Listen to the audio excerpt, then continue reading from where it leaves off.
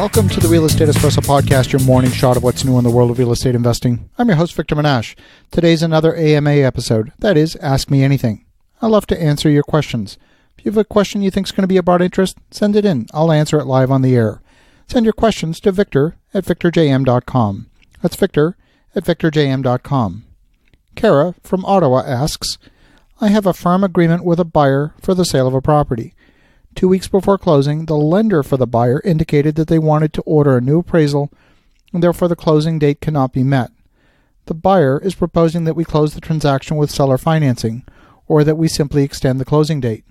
I have very real carrying costs for the property and I don't like the idea that this delay could cost me money. What do you suggest? Well, Kara, this is a great question and an extremely common situation. Now, you're based in Canada and closings generally happen on time in Canada. In the U.S., it's much more common to have delays on closing. A failure to close a transaction in Canada usually results in litigation. In the U.S., it's all part of the fabric of real estate investing. In my experience, more than half the transactions I've witnessed over the past decade have been delayed for one reason or another.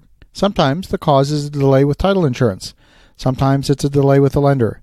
I've even seen delays at the closing table when the lender for the buyer requests additional documentation on closing. Now, I'm not surprised that the lender did not accept a pre-existing appraisal. The lender always reserves the right to choose the appraiser, and the appraisal process should be completely at arm's length from the seller. Many of the cases of mortgage fraud in the 1990s were linked to fraudulent appraisals. I'm guessing the property is pretty high value.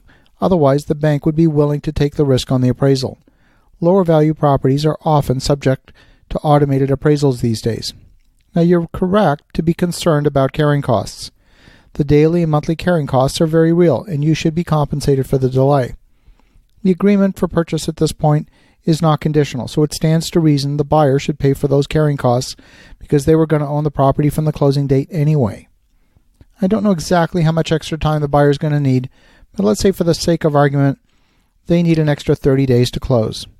Let's calculate your carrying cost for the property, including taxes, insurance, water, any debt service, maintenance, things like lawn care. Add all of that up. Let's imagine that these costs come to, say, $2,000 a month. I don't know the exact numbers, so I'm just making them up. You have a couple of choices. You could increase the purchase price to compensate you for the added costs, but that runs the risk of causing the buyer to requalify for a new loan amount. That could introduce even further delay. You would be within your rights to ask for that. The second option, the one that I prefer, is to ask for an increased deposit. You could agree to, say, a 30-day extension under the following conditions. If your carrying cost is $2,000, I would ask for a little more because you're probably forgetting something. I would ask for something between $5,000 to $10,000 in additional deposit monies. And number two, the buyer should increase the deposit amount, but in this case, unlike the original deposit that was placed with the real estate broker, this deposit will be non-refundable and would be released immediately to the seller. The purchase price won't change, but you'll get a chunk of cash immediately up front. The added deposit will be deducted from the cash the buyer needs to bring to the closing table since it was prepaid, but it's reducing your risk. If you make the deposit too large, the buyer simply may not have the funds to do it, so I suggest making it large enough to be worth the paperwork and large enough that it's going to hurt if they don't close. But if the buyer ultimately fails to close, then you're going to get both deposit monies as liquidated damages. Not only the funds that were released to you, but also the funds being held in trust at the real estate brokerage. But it could take some time for the funds being held by the broker to be released. I've seen cases where it's taken up to a year or more for a broker to release a deposit. So you want the additional deposit payable upon approval of the extension and released to you immediately on approval of the extension. I'm not a fan of closing with seller financing because it puts too much of the risk in your hands.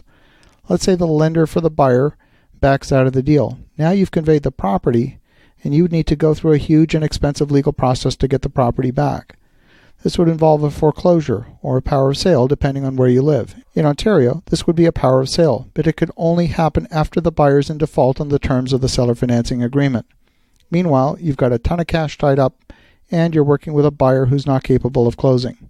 You don't have the flexibility to simply put the property back on the market. I want to thank you, Kara, for a great question. I hope this gives you some ideas on how you can negotiate the situation. So folks, definitely keep the questions coming. Have an awesome rest of your day. Make some great things happen. I'll talk to you again tomorrow.